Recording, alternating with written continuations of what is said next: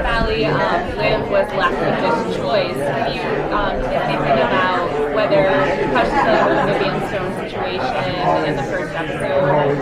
I think, yeah, I mean, Fillmore Graves coming into the picture is definitely kind of the rug being pulled out from under Liv's feet a little, because she thought she understood how the zombie community worked, and she thought she knew the bad guys, she knew Blaine, you know, like it's now thrown this whole other thing into the mix that I don't think she kind of knows how to process yet. I don't know that she trusts easily anymore. She's obviously had her fingers burnt a few times, but it's kind of interesting. We don't know many zombie females, so there's kind of a potential alliance if she wasn't a bad person.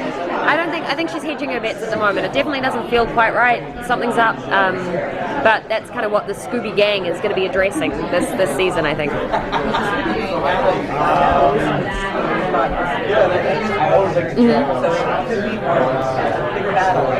Yeah.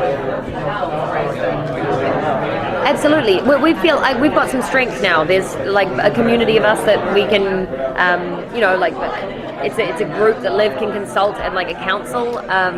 More than one idea. It's not sort of rash decisions being made on her own. So I think it helps them to have that like dialogue between them. But it's also scary. It's like the more people that know, the more vulnerable she is. So I think she's going to try to keep the circuit fairly closed after this. Yeah. We don't know yet. I'm curious. I'm curious about her family. I'm curious about her dad. We still haven't sort of addressed that, so that'll be an interesting one. Do you want Liv to get another boyfriend, or are you like? At this point, I'm like if an actor wants to come on and be killed off, sure. Like, come on, guys. Like, it just gets dangling the carrot in front of me and then whipping it away.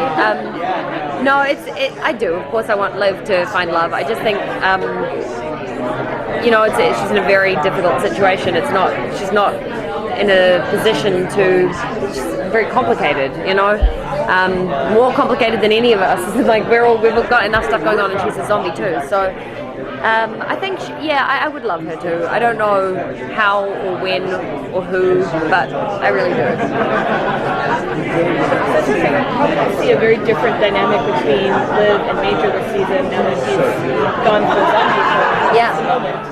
So what can you say about where that's going, where you think that might go? Well, I think what I love about Liv and Major is that ultimately they have a friendship underneath everything, like any good relationship should. I think they can always go back to that, and it's why I would be wary of them racing into anything, even though he's a zombie now. I think that there's obviously giant new powers at play and very uncertain terrain, so it would be great for them to kind of work some of that stuff out and just be able to be there for each other, and should the opportunity end up fitting, it would be great for Liv and Major to end up together, but it's nothing like being too hasty and burning out, What is the relationship between Clive and Liv going to look like now that we know? I'm really excited now. If I were Clive, I'd be pretty pissed off. I would be very frustrated that now for quite a while she's been lying, but at the same time he's very pragmatic, and what she has is able to help him, and I think he is a very good person that is also aiming to kind of get this problem under control and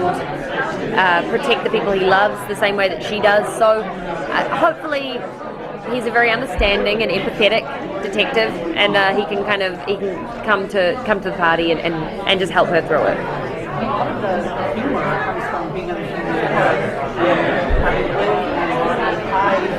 Yeah.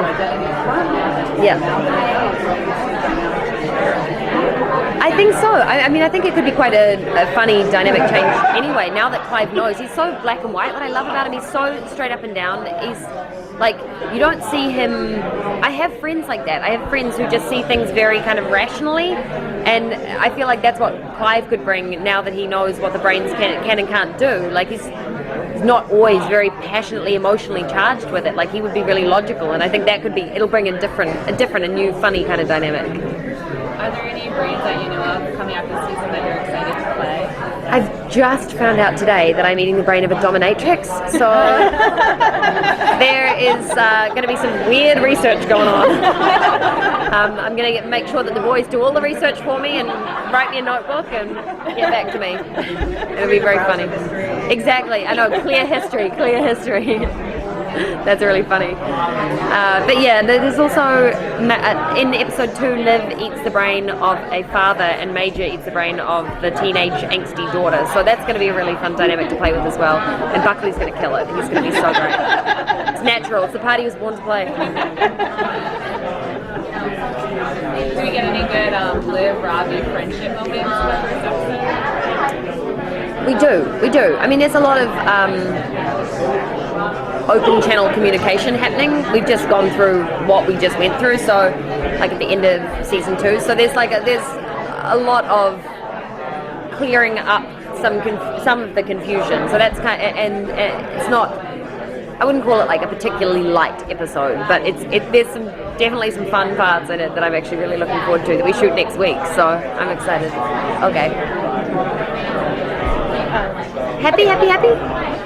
So anyway, Liv has now is sort of a new big nemesis almost in a lot of ways with this militant group coming in. How's she going to deal with that? Well, I think she doesn't know quite what to make of it yet. I think she's certainly hedging her bets. This is a little odd. It seems like there's a sinister air about it, but at the same time, I mean, there's also a lot of information that she could use, and she wants to understand who these people are and where they're from. So I don't think she's keen to outright antagonize.